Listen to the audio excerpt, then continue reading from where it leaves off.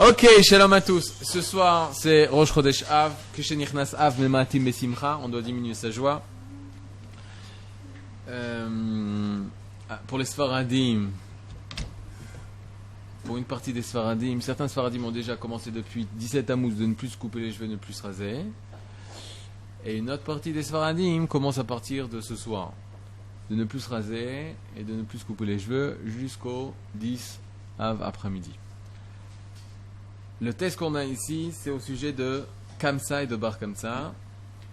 Et avant de commencer l'histoire, je vais vous expliquer un petit peu où ça se trouve et pourquoi ça se trouve dans tel et tel endroit. Alors regardez, on sait que le Talmud est divisé en 6 parties chez Chassidre et Mishnah, les 6 ordres de la Mishnah. Seder, ça veut dire ordre, Isdarim au pluriel. Les 6 ordres de la Torah, les 6 ordres de la Torah orale, c'est Torah Shebal Peh, ils ont un remez, ils ont un pasouk sur lequel ils se sont basés, qui est tiré du 33e chapitre de Yeshayahu. Vous l'avez en haut à droite. C'est le pasouk qui dit Ve'aya emunat itecha chosen yeshuot chochmat vada'at yirat Hashem yotzaru. Ok, c'est le pasouk que vous avez ici. Ve'aya emunat itecha chosen yeshuot chochmat vada'at yirat Hashem yotzaru. Qu'est-ce que veut dire ce pasouk? Ve'aya emunat, la confiance, itecha, de tes temps, chosen, une force, Yeshuot, de salut, Chochmat, une sagesse, Vada'at, une connaissance, Yirat Hashem Yotzaro, et la crainte d'Hashem, c'est son trésor. On commence par la fin. Yirat Hashem Yotzaro, une personne qui n'a pas de Yirat Hashem, une personne qui n'a pas de crainte d'Akadosh Baruch Hu, toute la Torah qu'il étudie, toutes les choses qu'il fait, toute la sagesse, toute la force, etc., ils ne seront pas contenus dans un endroit. Tout ce qu'il apprendra, ça ira à droite et à gauche, ce ne sera pas conservé. Qu'est-ce qui peut conserver toute la chorma? C'est uniquement la sagesse divine, Yirat Hashem. Et les 6 mots précédents, Emunat, Itecha, Chosen, Yeshuot, Chochmat, Vada'at, vont diviser les ordres, les 6 ordres de la Mishnah. Et on va voir l'ordre qui a été donné. Regardez, à gauche, voici la composition de ces 6 parties. Vous l'avez? Quel premier ordre? Shmuel, c'est quoi le premier ordre? Seder Zraim. Zraim, je ne lis pas en français, c'est Zraim en hybride. Zraim, c'est ordre des semences. C'est quoi? C'est tout ce qui est en rapport avec l'agriculture. Toutes les masertot qui ont en rapport avec l'agriculture. On commence par quel maseret? Première maseret de Seder Zraim, c'est Brachot. PA. Bikurim, Trumot, Masrot, Orla, tout ça, c'est Seder Zraim. Et ça vient du mot, ça a été basé sur le mot Emouna. Pourquoi? Parce qu'une personne qui a de la Emouna, la confiance en Kadosh Baruch Hu, il va planter une graine dans la terre et ça va pousser. Ça, c'est Seder Zraim. Le deuxième ordre de la Torah, c'est Seder Moed. Moed, c'est les fêtes. C'est tout ce qui est en rapport avec les temps, c'est tout ce qui est en rapport avec les fêtes. Shabbat aussi. Seder Nashim, l'ordre des femmes. C'est quoi? Les femmes, c'est Hossen, c'est la force du Ham Israël. Quatrième Seder, Seder Nezikim. C'est l'ordre des préjudices. C'est en rapport avec la Yeshua. Tu veux emmener la Géoula, étudie Seder Nezikim. L'ordre de tout ce qui est en rapport avec la jurisprudence, les employés, les affaires d'argent, les prêts, les intérêts, pas les intérêts, les prêts, etc. C'est Seder Nezikim. Seder Kadashim, c'est l'ordre de la sainteté, c'est Chochma, c'est la sagesse. C'est tout ce qui est en rapport avec les sacrifices. Seder Taharot, c'est l'ordre des purifications, c'est l'ordre le plus difficile, c'est le Da'at, c'est la connaissance. De savoir de quelle façon la Touma elle vient, dans quel objet, à quelles conditions, quand, de quelle façon. Tout ça, c'est l'ordre de Taharot. Les Gmarot du Talmud Bavli, ils ont écrit essentiellement sur Seder Moed, Seder Nashim, Seder Nezikim et de Zraim, Masechet Brachot. Sinon, tout le reste, on n'a pas de Kadashim, oui, on a Zvachim, on a des Zvachim, Menachot, on a quelques Masechet, mais sur Taharot, on n'a pas de Masechet. Sur le Rov de Zraim, on n'a pas de Talmud Bavli, mais il y a du Talmud Yerushalmi. Par exemple, vous connaissez Shemitah, Shvi'it, on a sur la 7e année de la Shemitah, on a une Masechet Shvi'it du Talmud de Jérusalem, mais pas du Talmud de Bavli. Pourquoi? Parce qu'on n'était plus en Eretz Israël. Talmud Yerushalmi, il était encore en Eretz Israël, donc il peut parler des lois qui concernent la terre d'Eretz Israël. Et ces 6 ordres-là sont toute la Torah chez Baal Pé. Et donc il faut les connaître. Pour être accepté à la yeshiva de Vologine, il fallait connaître 2 sdarim. En général, Nashim et Nezikim. C'est ce qu'on étudie dans les yeshivot. Dans les yeshivot, on étudie Nashim et Nezikim. C'est ça qui forge l'esprit de Torah. Nashim et Nezikim. On commence par ça, et après, les 100 autres années, c'est les 4 autres sdarim. Quand on arrive à Vologine, on connaissait déjà 2 sdarim. Tout Nashim et tout Nezikim. Ce qui est énorme. Aujourd'hui, il faut toute une vie pour connaître bien ça. Le Rav Aryeh Levin, vous avez sa photo ici. Il est là, Rav Aryeh Levin? Je ne le vois pas. Rav Aryeh Levin, il n'a pas été accepté à Vologine parce qu'il n'avait pas fini ses derniers zikim. Alors il a dû compléter ses derniers zikim. Ensuite, il a été accepté à la yeshiva de Vologine. Pourquoi je vous parle de Vologine? Parce que Vologine, c'est la yeshiva, la dernière yeshiva à Vologine qui était. Toutes les yeshivot aujourd'hui, on dit on est comme Vologine. C'était l'exemple de toutes les yeshivot. C'est-à-dire, le Rav Kook a étudié à Vologine. On l'a appelé le Ilouï de Vologine, le génie de Vologine. Tous les grands rabbanim du siècle dernier. Par exemple, je ne sais pas si vous avez entendu Rav Shimon Shkop, il était à Vologine, le Rav Kook, il était à Vologine, le Rosh Yeshiva de Vologine, c'était le Nativ, c'était une grande yeshiva qui comptait 400 élèves. Pour l'époque, c'était énorme. Aujourd'hui, c'est seulement une révolution d'aujourd'hui, qui a 2000 élèves dans une yeshiva, 3000 dans une autre. C'est seulement 5000 à Amir. Mais c'est des chiffres énormes. À l'époque, on parlait la yeshiva, la plus grande yeshiva, c'était 400 élèves, c'était à Vologine. Dans l'autre yeshiva, il y avait 10 élèves. Dans l'autre yeshiva, il y avait 30 élèves. C'était rien, les yeshivot qu'il y avait. Quand il dit, oh là là, les yeshivot. Il n'y avait pas de yeshivot. Il y avait des yeshivot, mais c'était 20, 30 personnes. 400 personnes, c'était le summum de tout le summum. Et ils ont dû la fermer, cette yeshiva. Bekitso, tout ça pour vous dire que bon, qu'on est rentré en Eretz Israël, qu'aujourd'hui on revoit la Torah renaître et revivre. Maintenant regardez, on voit plusieurs sugyot. Vous savez que la Gemara elle est divisée en 2 parties, Halacha et Agada. Et tout ça c'est mélangé ensemble, Halacha et Agada. Cette Halacha et Agada c'est très simple. La Halacha c'est quoi faire, la Agada c'est pourquoi faire. Pourquoi on fait ça? C'est quoi les raisons? C'est quoi les raisons profondes? Le Maharal de Prague dit dans toutes les Haggadat du Talmud sont marquées la Emouna du Ham Israël. Il y a 150 années, des personnes arrachaient les pages de la Haggadot parce qu'ils disaient on ne comprend rien ce qui est marqué. Nous, on sait que nos Tanaïm, ils ont écrit la Mishnah, nos Amoraïm, eux, ont écrit la Gemara, et ils ont décidé de mettre et la Halacha et la Haggadah dans un seul et même livre. Une personne qui divise la Halacha et la Haggadah, c'est une personne qui n'a rien compris à la Torah chez Baal Pé. La Haggadah et la Emouna, la Haggadah qui est la Emouna, l'étude de la Emouna, et la Halacha dans la Gemara, c'est une seule et même chose. Il est vrai qu'on ne va pas commencer à mélanger, que tu vas commencer à dire des divrei Haggadah dans la Halacha. Non, ça c'est Assour, c'est Issour Kilaïm, c'est un Issour de mélange, tu n'as pas le droit de mélanger, de donner des raisons profondes de la Torah en parlant de Halacha, pourquoi c'est ça, c'est pas tour de joie ou c'est Chayav de joie. Mais il est vrai qu'il y a un rapport entre les deux, la Haggadah et la Emouna. C'est-à-dire ça va ensemble. Maintenant, ce qui est intéressant, c'est qu'il y a des thèmes d'Haggadot qui sont mis dans certaines Gmarot, et ça, il faut savoir que ce n'est pas du tout par hasard. Que ces sujets doivent être traités dans ce traité particulier. On va voir tout de suite. Vous voyez ici le nom du traité, Yevamot. Il y a 16 chapitres, 122 feuilles. Donc en combien de jours on peut finir ça? En 122 jours. En 4 mois, tu finis Yevamot. Pas mal, non? Les thèmes principaux qui sont traités, c'est le remariage et les relations interdites. C'est Ktuvot, c'est un traité où il y a 112 feuilles. Je rêve qu'un jour on enseigne Ktuvot à l'Yeshiva, parce que on dit c'est un chasse katan. Donc Ktuvot, il y a toutes les sougiotes de tout le chasse. Bisous Hachem. Hein? Un daf c'est une feuille. Ouais, c'est une feuille. Donc Ktuvot, on parle du droit conjugal et de la Ketouva, le contrat de mariage. Et qu'est-ce qu'on voit? Ça, c'est au niveau de la halacha. Mais au niveau de la Haggadah, regardez de quoi on parle. On parle de l'importance d'habiter en Eretz Israël. Comme si on parlait du contrat de mariage entre le peuple et sa terre. C'est ce qui se passe dans la Gemara de Ktuvot. Dans Nedarim, on parle des vœux. Dans le Nazir, on parle des vœux d'exclusion. Dans Sota, on parle 49 feuilles. Ah, vous savez qu'il y a un minag d'étudier Masechet Sota tous les jours du Homer. 49 jours du Homer, 49 feuilles de sota. Chaque jour, une feuille. Pourquoi? Pour pouvoir s'élever dans la Gdusha. Et sota, c'est quoi? C'est tout ce qui était en rapport avec la femme sota, suspicion d'adultère. Les explorateurs, c'est le thème de la Haggadah qui s'y trouve. Pourquoi? Parce que les explorateurs, ils ont trompé Eretz Israël. Au lieu d'aller se marier avec Eretz Israël, ils ont voulu se marier avec une autre terre.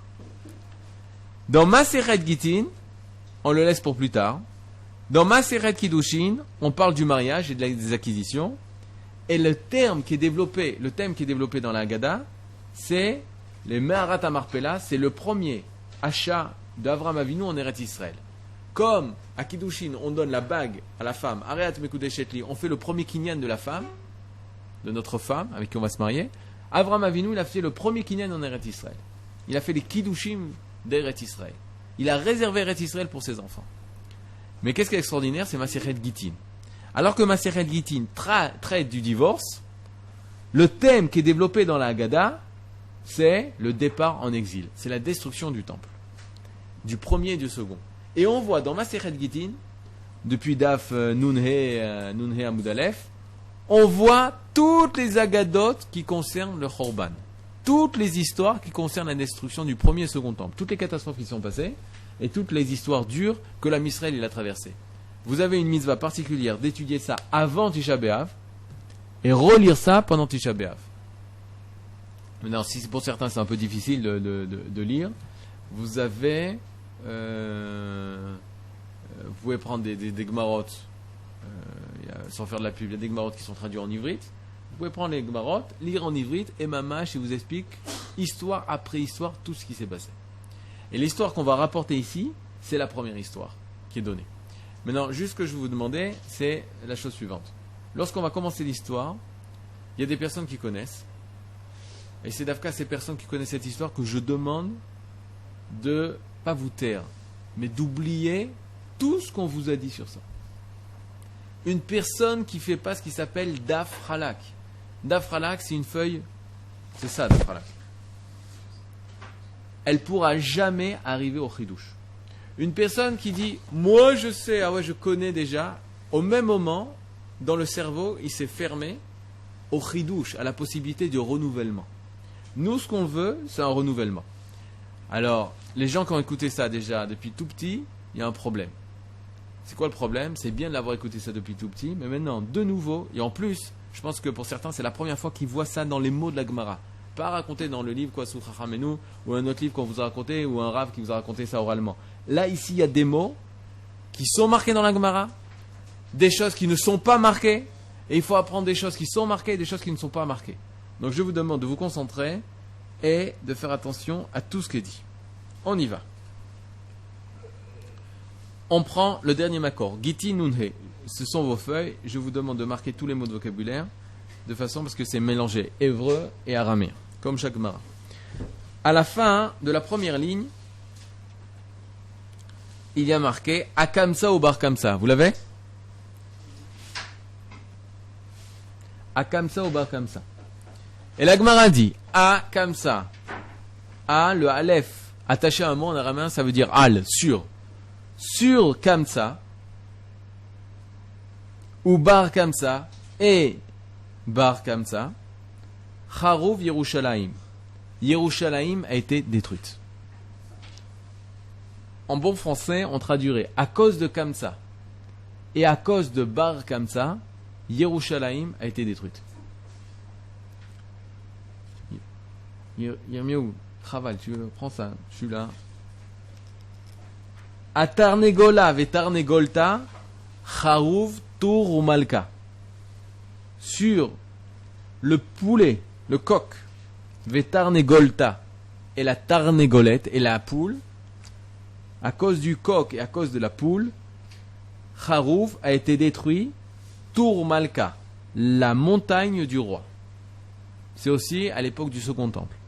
Bar Kamsa et Bar Kamsa, c'est le second temple. Et la montagne du roi a été détruite à cause du coq et de la poule, c'est aussi le second temple. À cause de Shaka d'Erispak, à cause de la roue du carrosse,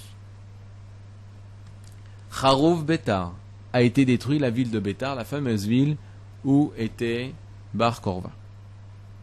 Et là maintenant, la Gemara va nous faire toute l'étude de ces histoires. Comment ça fait qu'Yerushalayim a été détruite à cause de Kamsa ou Bar Kamsa? Elle va nous expliquer pourquoi. Mais c'est-à-dire, qui connaît l'histoire de Kamsa ou Bar Kamsa? Levez la main. One, two. Eh bien, disons, vous avez eu l'heure du travail. C'est-à-dire, maintenant, effacez tout et écoutez. Ah, je sais pas. Ouais, même si. Parce que même, à chaque fois que tu répètes, il faut avoir des chidushim. Même moi, j'espère avoir des chidushim. Il faut que je me mette dans le mode d'écouter aussi. Le chidush. Là, pour l'instant, je me demande de répéter. Regarde, on se met dans le mode du chidush. B'siyata dishmaya, atachonen la dandat, amelamet Torah l'amo Israël. Tous les matins, on dit, Hachem, c'est lui qui nous enseigne la Torah. Il faut être cli pour ça. On y va. À Kamsa, Bar Kamsa, Charov Yerushalayim, à cause de Kamsa et Bar Kamsa, Yerushalayim était détruit. Deahu Gavra Derachame, Kamsa. Il y avait un homme. Qui c'est cet homme? Je sais pas. C'est un homme, c'est un gever. Un homme qui habitait Yerushalayim. Derachame Kamsa. Derachame, que son bien-aimé, il s'appelait comme ça. C'était un homme, on ne connaît pas son nom. Pour nous, on va l'appeler le maître de maison, le Balabait. C'est-à-dire, ce même maître de maison avait son copain, son ami, son chaver, son bien-aimé, il s'appelait comme ça. Ou Baal Debavé, et une personne avec qui il se disputait, son homme de dispute, qui s'appelait Bar Kamsa. C'est-à-dire, Avad Seudate, il a fait une Seuda, il a fait un festin. Qui? Ben, le maître de maison. L'homme. Amar les Shamae, il a dit les Shamae à son serviteur, à celui qui l'écoute, à son serviteur, et il lui dit, Zil, va, Aïteli, emmène-moi, comme ça, emmène-moi mon ami comme ça. Azal, le serviteur Azal est allé, Aïtele, bar, comme ça. Et il a emmené Bar comme ça, il s'est trompé. Au lieu d'amener comme ça, il a amené son copain Bar comme ça. Ata, il est venu. Eshkache, donc il est venu. Bar comme ça, il est venu au festin. Eshkache, Dehava Yativ, et il a trouvé l'hôte, le Balabaït, il est arrivé, et il a trouvé son ennemi, Bar comme ça, Dehave Yativ, chez Aya Yoshev, qui était assis dans le festin. Et imaginez-vous, t'as galéré, t'as acheté, t'as commandé le traiteur pour ton mariage, etc. Je sais pas si c'était un mariage, en tout cas c'est une fête. T'as dépensé beaucoup d'argent, et puis Tom, tu vois ton ennemi qui est assis, et ton ami, bien là, il n'est pas arrivé. Parce qu'il y a une erreur. Ça marche? T'as invité comme ça, et ton serviteur, il a amené bar comme ça ton ennemi. Et tu vois qu'il est assis là, ton ennemi. Amarle Mirdeaou Gavra, Baal Devava, Deahu Gavrahu, Mai Bait Acha, Kum Pok.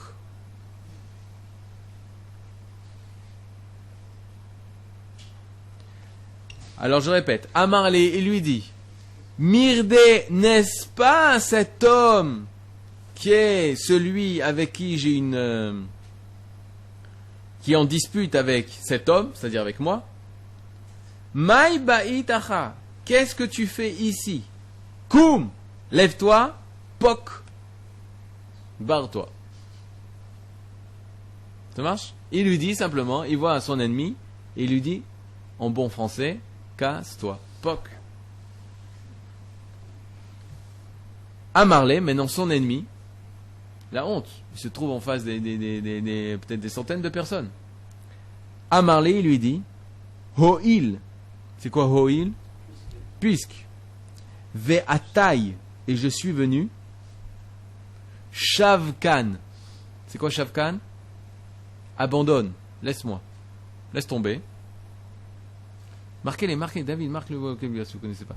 Ve'yahavina l'ach, Ve'yahavina l'ach, et je te donnerai à toi, Dme, damim, l'argent, ma, de ce que, d'achilna, vechatina, de ce que je mangerai, ce que j'ai mangé et ce que j'ai bu. Je te paye ma part. Combien? 200 €? Je te paye 200 €. Qu'il n'y ait pas de perte.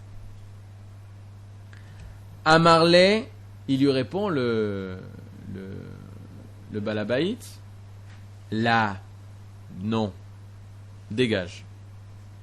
Amarlé, il lui dit, Yavin alar dme, je te donnerai l'argent de palga des soudater, de la moitié, palga, marquez que c'est palga, c'est la moitié, des soudater de la séouda, du moitié du fastin.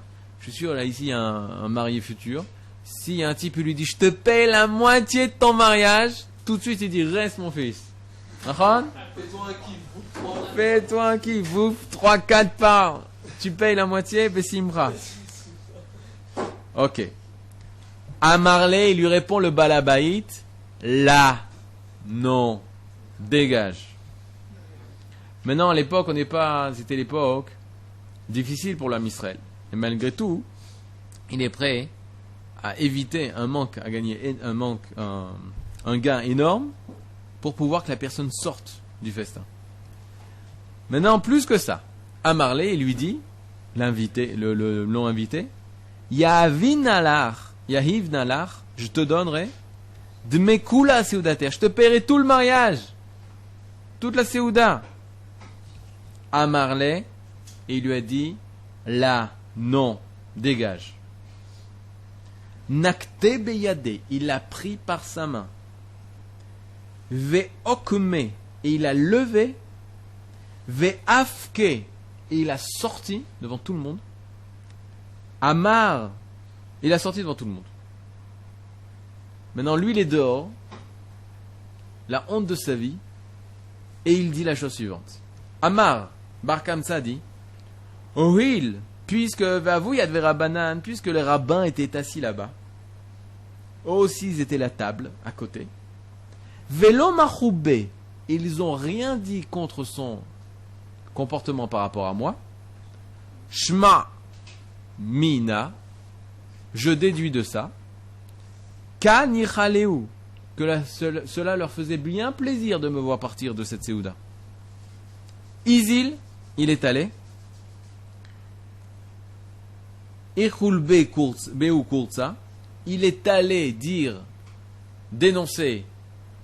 dénoncer Bemalka chez le roi. Il est allé dénoncer les juifs chez le roi. Azal, il est allé. Amarlé la Kessar, et il dit à l'empereur César, Mordu becha Yehudaï, il se révolte contre toi, les juifs. Et lui, il est quoi? Les juifs. Il se révolte contre toi, les Judéens. Ceux qui habitent à Juda, en Judée. La Judée qui appartient à qui? Aux Judéens. Les Judéens, c'est les Juifs. Rien de plus naturel qu'un Juif habite en Judée. Miyemar.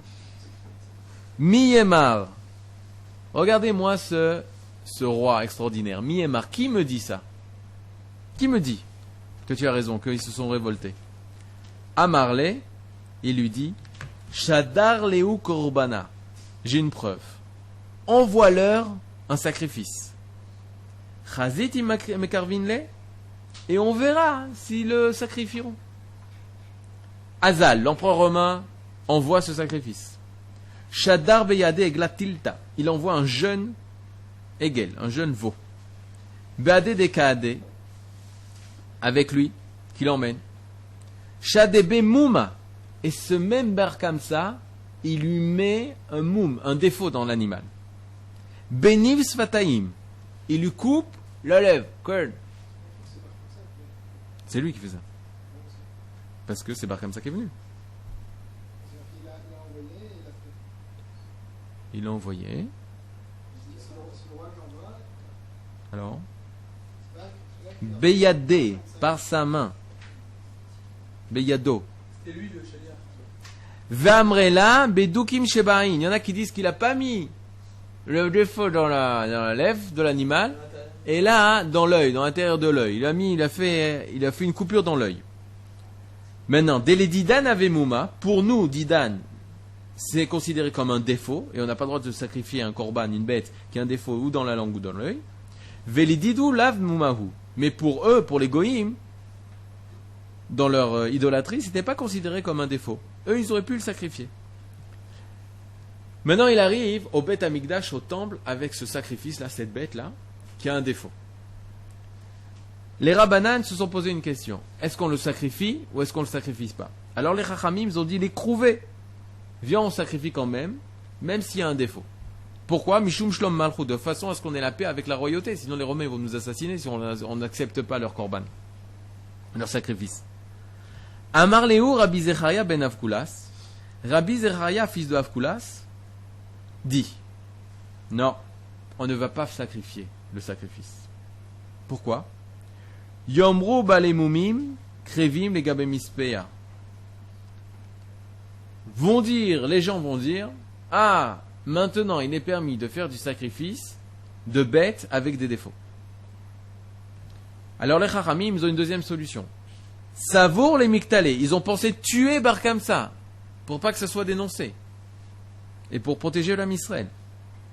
Des Lolizal pour pas qu'il aille, Velema et qu'il dénonce les Juifs.